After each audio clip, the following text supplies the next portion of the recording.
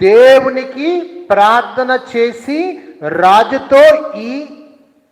రాజుతో నీ సముఖమందు నేను దయ పొందిన ఎడలా అని చెప్పేసి ఆ మాటలు పలకడం ఆరంభించాడు. కానీ రాజు అడుగుతున్నప్పుడు రాజుకి మొదటగా సమాధానం చెప్పకుండా తను ఆకాశమందలి దేవునికి ప్రార్థన చేసినట్లుగా నెహెమియా గురించి మనం చూస్తాం.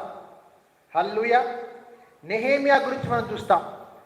నెహెమియా దేవునికి మొట్టమొదటిగా ప్రార్థన చేసి ఆ తర్వాత నెహెమియా రాజుని అడిగినాడు.